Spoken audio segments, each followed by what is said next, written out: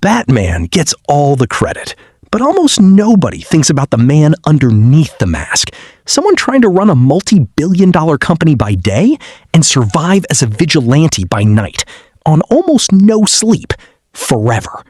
By the end of this, you'll know exactly which part of that life actually breaks first. It's 6 a.m. Bruce Wayne has been asleep for 11 minutes. 9 hours ago, he was fighting 3 armed men on a rooftop in the rain. 4 hours ago, he was stitching a cut above his own ribs in a hidden medical bay, alone, because waking anyone up wasn't an option.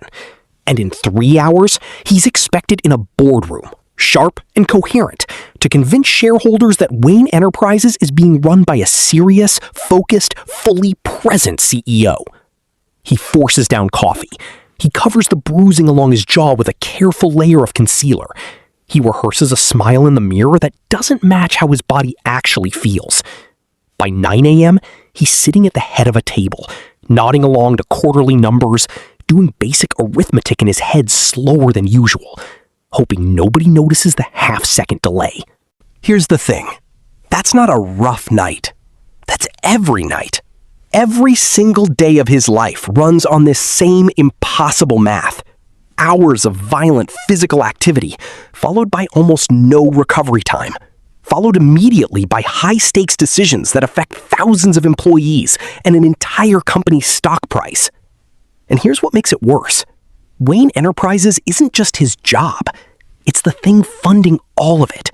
The suit, the technology, the manor, the entire operation. If the board ever votes him out, if shareholders ever lose confidence and force him out as CEO, Batman doesn't just lose a paycheck. He loses the funding source for everything he does.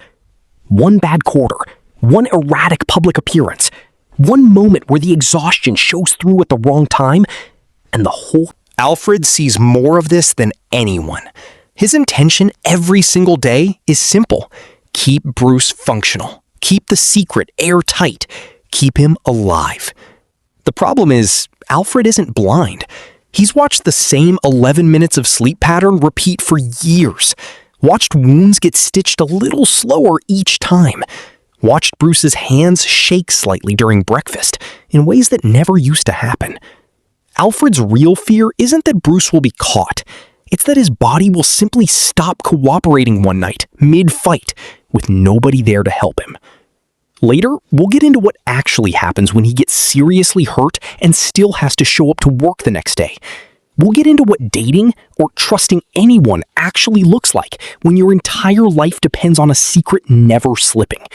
And we'll get into the one thing that might end his career as Batman before any villain ever could. And it's not what you'd expect. Let's start with the injuries, because this is where the fantasy breaks down fastest. In the comics, Bruce Wayne gets stabbed, shot, or broken, and he's back out patrolling within days. Real recovery doesn't work that way. A broken rib alone takes 4 to 6 weeks to heal enough to safely take another hit to that same area. Going back into physical combat before that isn't just risky, it's the kind of thing that turns a minor injury into a permanent one. Real concussions, which he'd be getting constantly given the number of blows to the head a life like this would involve, require days of actual rest just to avoid worsening brain injury, let alone the kind of sharp decision-making a company boardroom demands the next morning. The honest version of Bruce Wayne isn't quietly healing in a cave overnight. He's a person accumulating injuries faster than his body can legitimately repair them, year after year, and simply pushing through it by force of will, which is a real thing people can do short-term, but not indefinitely. Now here's the part almost nobody thinks about. What does it actually do to someone to keep a secret this large, this long, from literally everyone in their life?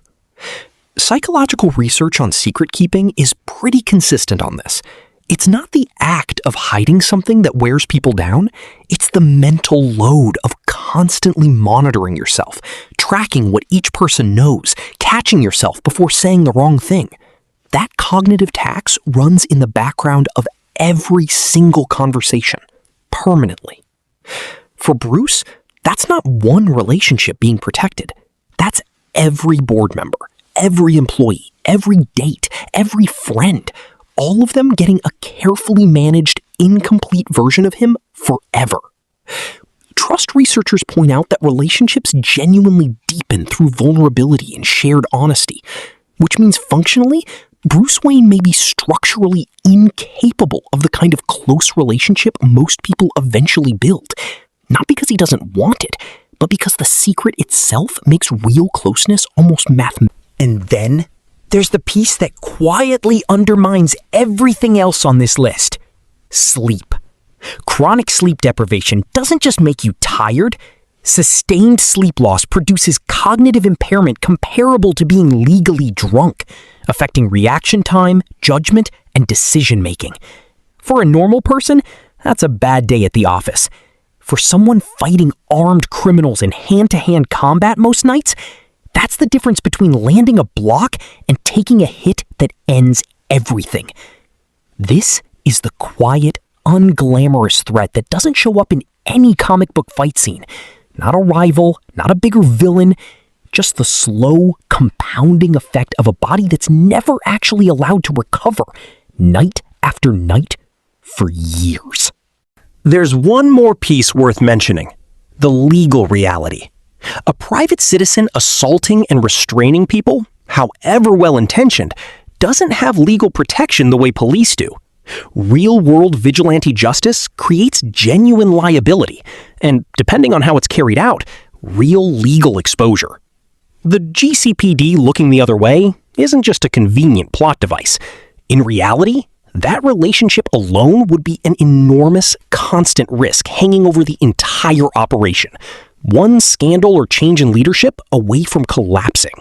So here's the actual answer to the question: which part of this life breaks first? It's not a villain. It's not getting caught.